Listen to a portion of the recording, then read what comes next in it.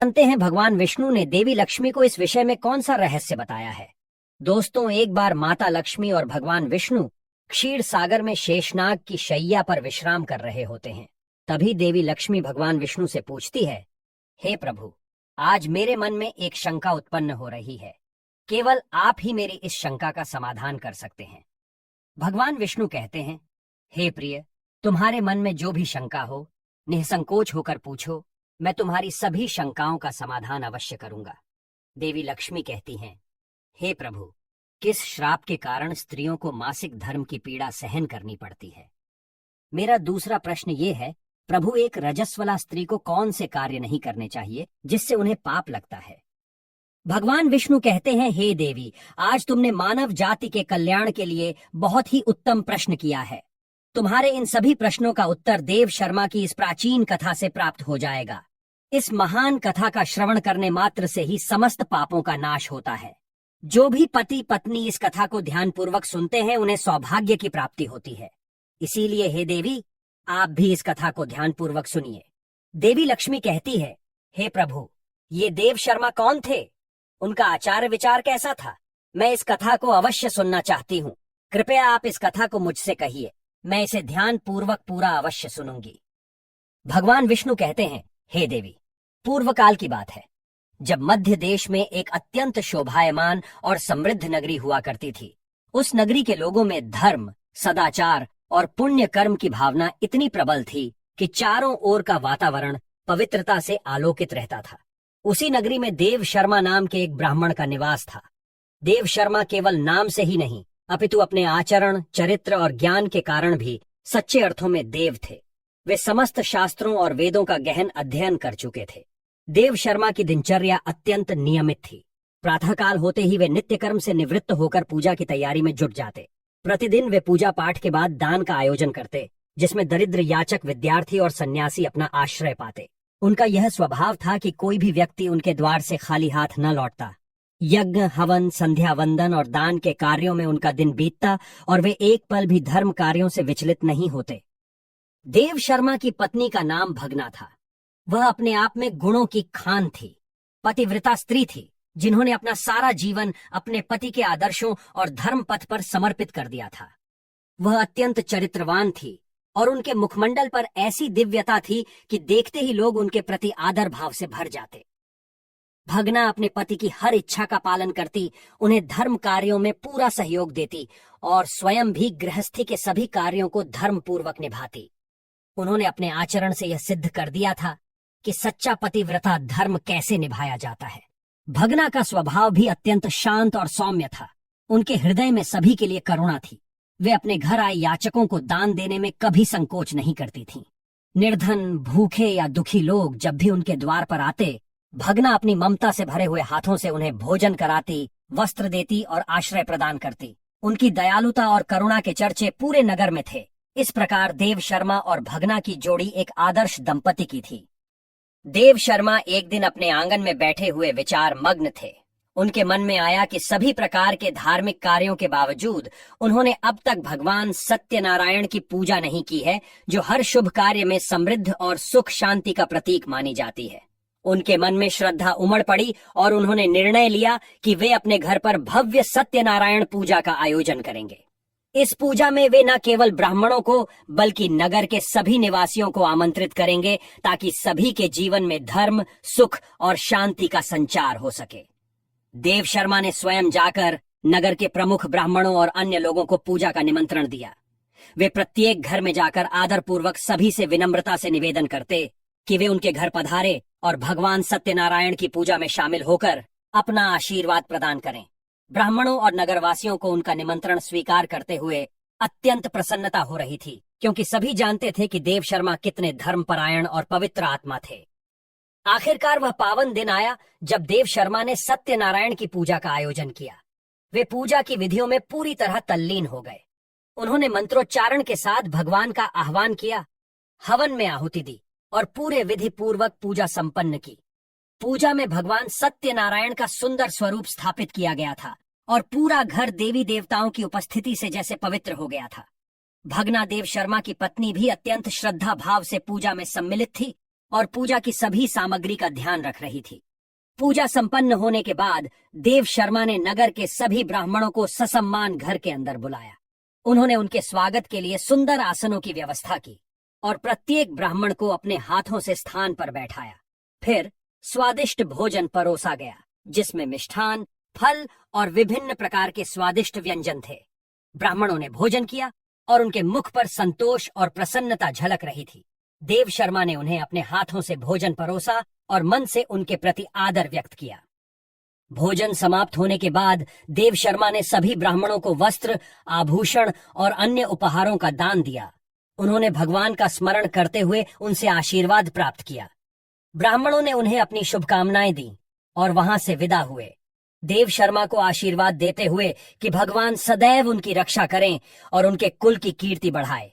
इसके बाद देव शर्मा ने अपने परिवार के अन्य सदस्यों, रिश्तेदारों और नगर के अन्य दीन दुखी लोगों को भी भोजन करवाया। सभी को भोजन कराने के बाद उन्होंने अपने हृदय में संतोष और तृप्ति का अनुभव किया। रात्रि के समय जब पूजा और भोज की सारी व्यवस्था पूर्ण हो गई, देव शर्मा अपने घर के द्वार पर खड़े होकर निश्चिंत भाव से सोच रहे, तभी उन्होंने देखा कि उनके घर के सामने एक विचित्र दृश्य था। एक कुतिया और एक बैल आपस में बात कर रहे थे। देव शर्मा को यह अत्यंत अद्भुत और अजीब लगा, क्योंकि आमतौर पर पशु इस प्रकार से संवाद नहीं करते। वह ध्यानपूर्वक उनकी बातें सुनने लगे। कुतिया, जो एक दुख भरे स्वर में बोल रही थी, कह रही थी, हमने पिछले जन्म में अपने पुत्र देव शर्मा का पालन पोषण और शिक्षा दीक्षा तो की, लेकिन लोभ और मोह के कारण हम कुछ पापों के भागी बन गए, और यही कारण है कि हमें इस जन्म में कुतिया और बैल के रूप में जन्म लेना पड़ा है। बैल ने गहरी आवाज में उत्तर दिया, हाँ, हमारे पापों का यह प्रतिफल है कि हमें ऐसे शरीर में जन्म लेना पड़ा है, लेकिन हमारा पुत्र देव शर्मा इतना धर्मात्मा है, इतना पुण्यशील है कि उसकी पूजा और धर्म कार्यों के फलस्वरूप हमें भी मुक्ति की आशा जागती है।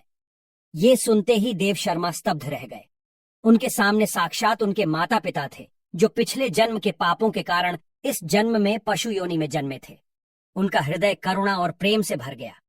वे सोचने लगे, मेरे माता पिता जिन्होंने मुझे इस संसार में लाया, उनकी मुक्ति के लिए मैं क्या कर सकता हूँ। इस चिंता में वे रात भर सो नहीं पाए। उनका मन व्याकुल था और वे भगवान का स्मरण करते हुए उपाय सोचते रहे। अंततः उन्होंने निश्चय किया कि इस समस्या का समाधान केवल मुनि वशिष्ठ जी ही बता सकते हैं। मुनि वशिष्ठ को धर्म और कर्म का ऐसा गहन ज्ञान था कि वे अवश्य ही उनके माता पिता की मुक्ति का मार्ग सुझा सकेंगे। जैसे ही सुबह हुई, देव शर्मा स्नान आदि से निवृत्त होकर मुनि वशिष्ठ जी के आश्रम की ओर चल पड़े। आश्रम पर आते ही मुनि वशिष्ठ जी ने देव शर्मा का स्वागत किया। वशिष्ठ जी कहने लगे, हे ब्राह्मण श्रेष्ठ, आज किस कारण से आपका हमारे आश्रम में आगमन हुआ है? आप दुखी दिखाई पड़ते हो। आपके दुख का क्या कारण है, बताओ। देव शर्मा कहता है, हे मुनिवर, आपको प्रणाम है। आपके दर्शन से आज मेरा जन्म सफल हुआ है। हे मुनीश्वर, आज मैं आपके पास एक शंका लेकर आया हूं। कृपया आप ही मुझे इस दुख से बाहर निकाल सकते हैं। मैं अत्यंत दुखी और दुर्बल हो गया हूं। वशिष्ठ जी कहते हैं, हे ब्राह्मण, दुख ना करो। तुम्हारी जो भी शंका हो, निसंकोच होकर पूछो। मैं अवश्य तुम्हारी शंका का समाधान करूंगा। फिर देव शर्मा कहता है, हे मुनिवर, कल मैंने अपने घर पर भगवान विष्णु का पूजन किया तथा अनेक ब्राह्मणों को और भूखे लोगों को भोजन कराया। विधि पूर्वक भगवान का पूजन किया। फिर मेरे द्वार पर एक कुतिया और एक बैल आ गया। दोनों मेरे घर के सामने खड़े होकर बात कर रहे थे। कुतिया ने गहरी पीड़ा और दुख भरे स्वर में उस बैल से कहना शुरू किया, हे स्वामी, आज जो घटना घटी वह अत्यंत विचलित करने वाली थी। हमारे पुत्र के घर में ब्राह्मणों के भोजन के लिए शुद्ध दूध का बर्तन रखा हुआ था। उस दूध को विशेष रूप से पूजा के बाद ब्राह्मणों को परोसने के लिए रखा गया था। पूरा घर पूजा के कार्यों में व्यस्त था और कोई इस ओर ध्यान नहीं दे रहा था कि इस पवित्र दूध के बर्तन के पास अचानक एक विषैला सांप आकर अपना फन फैलाकर बैठ गया। जैसे ही मेरी दृष्टि उस ओर गई, मैंने देखा कि वह सांप धीरे धीरे उस दूध के बर्तन के पास जा पहुंचा। फिर उसने अपना विष उस दूध में उगल दिया। जब मैंने यह देखा तो मेरे हृदय में चिंता और भय उत्पन्न हो गया। वह दूध यज्ञ के उपरांत बनने वाले भोजन का हिस्सा बनने वाला था। कल्पना कीजिए, यदि उस विषैले दूध से भोजन बनता और ब्राह्मणों तथा अन्य अतिथियों ने उस भोजन का सेवन कर लिया होता, तो कितनी भयानक त्रासदी हो जाती। मेरे मन में यह विचार आया कि मेरे अपने पुत्र के घर में होने वाले इस पवित्र कार्य में इस प्रकार का संकट आ गया है, और यदि मैं इसे नहीं रोकती तो इसका परिणाम न जाने कितना भयंकर होता। कुतिया ने दर्द भरे शब्दों में आगे कहा, मैंने तत्काल एक साहसिक निर्णय लिया और बिना किसी और बात की परवाह किए उस विषैले दूध के बर्तन में से सारा दूध पी लिया। मुझे यह भली भांति झांक था कि इस विषैले दूध को पीने से मेरी मृत्यु भी हो सकती है, परंतु मैंने सोचा कि यदि मेरे प्राणों की आहुति देकर इतने सारे निर्दोष लोगों का जीवन बच सकता है तो यह मेरा कर्तव्य है। यह सोचकर मैंने वह विष भरा दूध पी लिया। मुझे लगा कि मैंने एक धर्म का कार्य किया है, लेकिन मेरी यह बलिदान भावना मेरी बहू की दृष्टि में नहीं आई। जैसे ही मेरी बहू ने मुझे दूध का बर्तन खाली करते हुए देखा, वह मुझ पर अत्यंत क्रोधित हो गई। उसने बिना कारण पूछे मुझ पर बुरी तरह से प्रहार करना शुरू कर दिया। उसने मुझे इतनी बेरहमी से पीटा कि मेरा शरीर आहत हो गया। मेरी हड्डियों पर जैसे टूट सी गई और मैं भयंकर पीड़ा में डूब गई। उसके प्रहारों से मेरा शरीर इतना घायल हो गया है कि मैं अब मुश्किल से चल पा रही हूं। मेरे पैरों में इतना दर्द है कि कदम कदम पर ऐसा लगता है कि मैं गिर जाऊंगी। मैं लंगड़ाते हुए चलती हूँ और हर कदम पर वह पीड़ा मेरे पूरे शरीर में फैल जाती है। यह दुख सहते हुए भी मैंने अपने पुत्र और उसके घर के सम्मान के लिए सब कुछ सहन किया, परंतु आज मेरी यह स्थिति देखकर मेरे मन में संतोष नहीं है। मैंने अपने परिवार को एक संकट से बचाने का प्रयास किया, लेकिन इसके बदले में मुझे यह असहनीय कष्ट मिला है। देव शर्मा कहता है, हे मुनिवर, उस कुतिया की करुण कथा सुनकर बैल के हृदय में एक गहरी वेदना उमड़ पड़ी। उसने भारी स्वर में गहरी उदासी के साथ अपनी कथा कहनी शुरू की। हे प्रिय, तुम्हारी पीड़ा ने मेरे हृदय को कंपा दिया है। तुम्हारे साथ जो हुआ वह अन्यायपूर्ण था और तुम्हारे त्याग का यह प्रतिफल देखकर मुझे भी दुख हो रहा है। परंतु अब मैं तुम्हें अपने दुख का कारण सुनाता हूँ, जो शायद तुम्हारे दुख से अलग नहीं है। मैं भी एक समय इस ब्राह्मण देव शर्मा का पिता था। इस संसार में मैंने उसे जन्म दिया, उसका पालन पोषण किया, उसे अच्छे संस्कार दिए और जीवन के हर सुख दुख में उसके साथ खड़ा रहा। लेकिन आज जब मुझे उसकी थोड़ी सी भी सहानुभूति की आवश्यकता थी, उसने मुझे एक पल के लिए भी ध्यान नहीं दिया।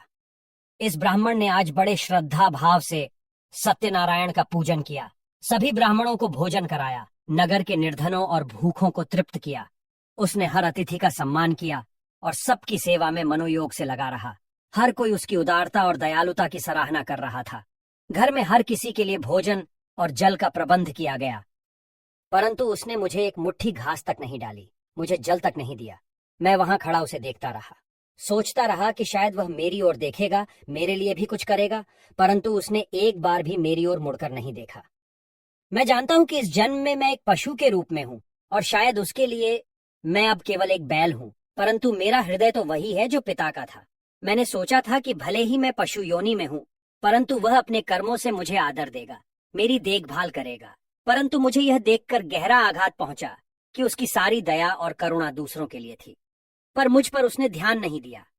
यह सोचकर ही मेरे हृदय में असहनीय पीड़ा उत्पन्न हो जाती है कि मेरा अपना पुत्र, जिसे मैंने अपना सब कुछ देकर बड़ा किया, आज मुझे भूखा प्यासा छोड़कर अपने धर्म कार्यों में व्यस्त है।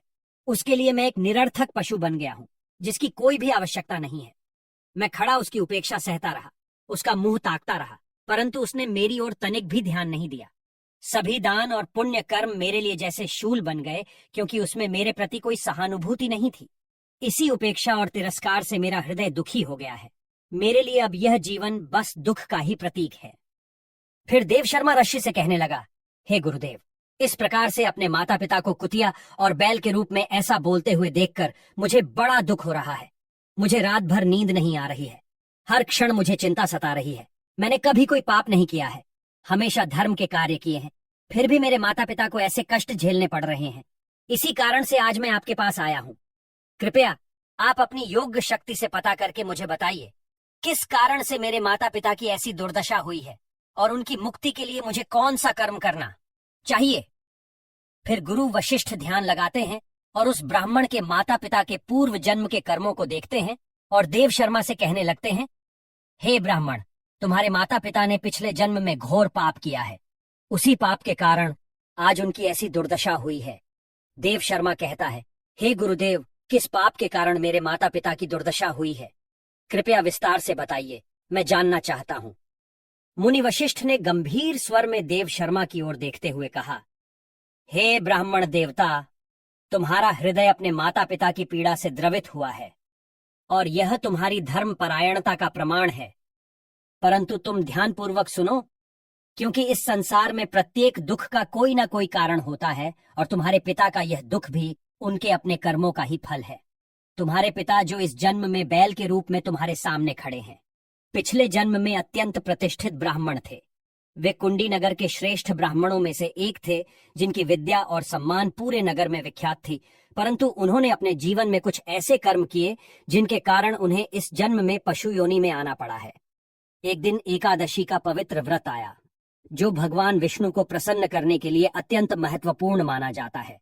परंतु तुम्हारे पिता ने इस व्रत को विधिपूर्वक न मानते हुए दिन के अंत में भोजन कर लिया था।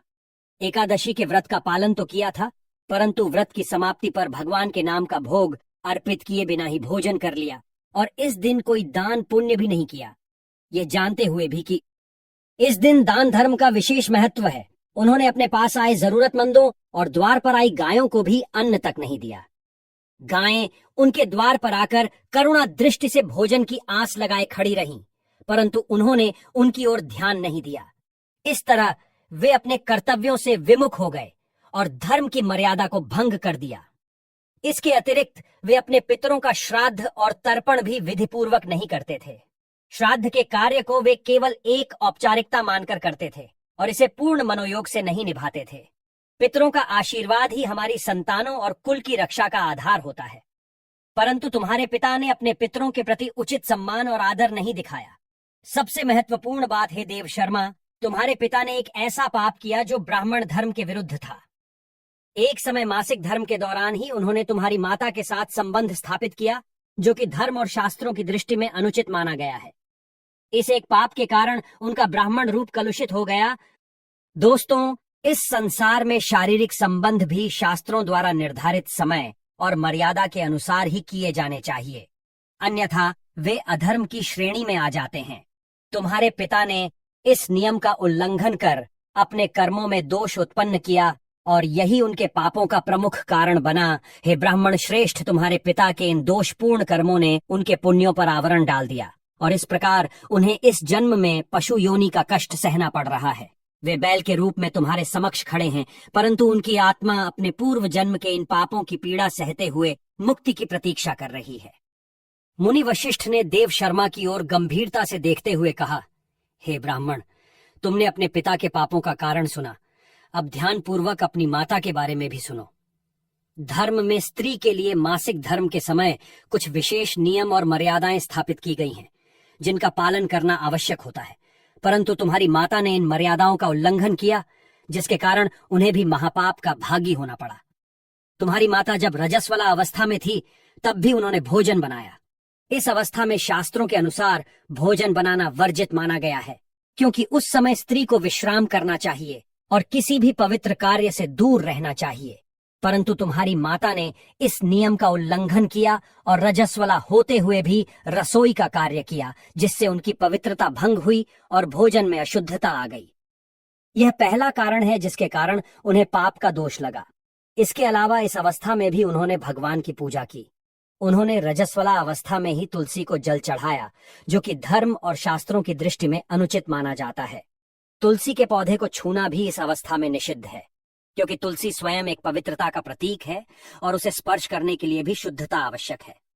परंतु तुम्हारी माता ने न केवल तुलसी का स्पर्श किया, बल्कि उसे जल भी चढ़ाया, जिससे तुलसी का अपमान हुआ और धर्म की मर्यादा का उल्लंघन हुआ। यही नहीं, रजस्वला होते हुए भी उन्होंने भगवान को भोग अर्पित किया। भगवान के प्रसाद और भोग में शुद्धता का विशेष ध्यान रखा जाता है, परंतु तुम्हारी माता ने अपनी शारीरिक स्थिति की परवाह किए बिना भगवान के लिए अर्पित किए जाने वाले भोजन को स्पर्श किया। यह शास्त्रों के अनुसार एक बड़ा पाप माना गया है, क्योंकि भगवान को अर्पित होने वाले भोग में शुद्धता और पवित्रता अनिवार्य होती है। इस दोषपूर्ण कर्म से भगवान का अनादर हुआ और इसका पाप भी उनकी आत्मा पर लगा। मासिक धर्म के दौरान स्त्री 3 दिनों के लिए अपवित्र हो जाती है। मासिक धर्म के दौरान स्त्री को पूजा पाठ नहीं करना चाहिए। स्त्री को इन 3 दिनों में अपने बाल भी नहीं धोने चाहिए, इससे पति की आयु कम होती है। मासिक धर्म के दौरान पेड़ पौधों को स्पर्श न करें। रजस्वला स्त्री के साथ संबंध भी नहीं बनाना चाहिए। जो पुरुष रजस्वला के साथ संबंध बनाता है उसे ब्रह्म हत्या का पाप लगता है। जो रजस्वला के वस्त्रों को स्पर्श करता है उसे भी पाप लगता है। रजस्वला स्त्री के शरीर में 3 दिनों तक ब्रह्म हत्या का पाप निवास करता है और चौथे दिन ही वह स्नान करके पवित्र हो जाती है। चौथे दिन स्नान करने के पश्चात रजस्वला स्त्री को अपने पति का मुख देखना चाहिए, अन्य किसी पुरुष का मुख नहीं देखना चाहिए। यदि पति समीप ना हो तो सूर्य देव के दर्शन करने चाहिए। गुरु वशिष्ठ कहते हैं, हे ब्राह्मण, इसी पाप के कारण तुम्हारे पिता को बैल और तुम्हारी माता को कुतिया का जन्म प्राप्त हुआ है। देव शर्मा कहता है, हे मुनीश्वर, अब आप मुझे मेरे माता पिता की मुक्ति के लिए उपाय बताइए। वशिष्ठ जी कहते हैं, हे ब्राह्मण, तुम किसी भी अमावस्या के दिन अपने माता पिता की मुक्ति के लिए श्राद्ध तथा तर्पण करो और दान धर्म करो, गाय की सेवा करो और गौ माता को मिष्ठान खिलाओ और अपने माता पिता की मुक्ति के लिए भगवान से प्रार्थना करो। फिर देव शर्मा ब्राह्मण वही करता है और फिर उसके माता पिता को समस्त पापों से मुक्ति मिलती है। भगवान विष्णु माता लक्ष्मी से कहते हैं, हे देवी, मैंने तुम्हें रजस्वला स्त्री को कौन से कार्य नहीं करने चाहिए इस विषय में बता दिया है। अब मैं तुम्हें बताता हूं किस कारण से स्त्री को मासिक धर्म से गुजरना पड़ता है। सत्ययुग में कालकेय नाम से प्रसिद्ध दानव हुआ करते थे। दानव होने के कारण उनका स्वभाव उग्र था और वे हमेशा ही युद्ध करने के लिए तत्पर रहते थे। फिर एक दिन सभी दानव वृत्तासुर के साथ मिलकर स्वर्ग लोक पर चढ़ाई करने लगे। उन असुरों के पास भयंकर शक्तिशाली अस्त्र थे जिसका देवता सामना न कर सके और भागकर ब्रह्मदेव के पास चले गए। फिर ब्रह्मदेव ने उन्हें असुरों को परास्त करने का उपाय बताते हुए कहा, हे इंद्र, तुम इसी क्षण महर्षि दधीचि के पास जाओ। वे उनके शरीर की हड्डियों से तुम्हें अस्त्र शस्त्र प्रदान करेंगे। उन्हीं अस्त्रों का प्रयोग करके तुम वृत्तासुर का वध कर सकोगे। फिर सभी देवता महर्षि दधीचि के आश्रम पर जाते हैं और उन्हें प्रार्थना करके अस्त्र प्रदान करने की विनती करते हैं। फिर संसार के कल्याण के लिए महर्षि दधीचि अपने शरीर की हड्डियों से अस्त्र शस्त्र निर्माण करते हैं। उन्हीं अस्त्रों में से एक वज्र नाम का अस्त्र होता है जिसे देवराज इंद्र धारण कर लेते हैं। फिर सभी देवता गण वृत्रासुर के साथ युद्ध करने के लिए निकल जाते हैं। देवताओं और दानवों के बीच भीषण युद्ध होता है। सभी देवता आकाश में दानवों से युद्ध के लिए एकत्रित हो जाते हैं और प्रहार करने लगते हैं। अग्निदेव अग्नि के प्रहार से दैत्यों को दग्ध करने लगते हैं। अग्नि के प्रभाव से दैत्यों का अंग अंग जलने लगता है। फिर वरुण देव जल की वर्षा से दैत्यों को डुबो देते हैं, जिससे दैत्य त्राही त्राही करने लगते हैं। अनेक दिनों तक इस प्रकार से दैत्यों और देवताओं के बीच में भीषण युद्ध चलने लगता है। फिर देवराज इंद्र और वृत्तासुर आमने सामने आ जाते हैं। दोनों के बीच भीषण युद्ध होता है और फिर देवराज इंद्र अपने वज्र का प्रहार करके वृत्तासुर को मार डालते हैं। उस दानव वृत्तासुर की मृत्यु होते ही उसके शरीर से ब्रह्म हत्या बाहर निकलती है और इंद्र का पीछा करने लगती है। फिर वह ब्रह्म हत्या इंद्र के शरीर में प्रवेश कर लेती है, जिससे इंद्र को ब्रह्म हत्या का पाप लगता है। देवराज इंद्र ब्रह्मदेव के पास जाते हैं और उनसे ब्रह्म हत्या से छुटकारा दिलाने के लिए कहते हैं। फिर ब्रह्मदेव उस ब्रह्म हत्या को इंद्र के शरीर से निकलने की आज्ञा देते हैं और वह ब्रह्म हत्या इंद्र के शरीर से बाहर निकलकर ब्रह्मदेव से कहने लगती है, हे परमपिता, अभी तक मैं वृत्तासुर के शरीर में निवास कर रही थी, क्योंकि उसने अनेक ब्रह्म हत्याएं की थी। जब इंद्र ने उसकी हत्या की तो मैं इंद्र के शरीर में वास करने लगी। अब आप ही मुझे कोई उचित स्थान दीजिए जहां पर मैं रह सकूं। फिर ब्रह्मदेव कहते हैं, हे ब्रह्म हत्या, मैं तुम्हें उचित स्थान देता हूं। इतना कहकर ब्रह्मदेव ने ब्रह्म हत्या के 4 भाग किए और कहा, हे ब्रह्म हत्या, तुम्हारा 1/4 भाग अग्नि के भीतर रहेगा।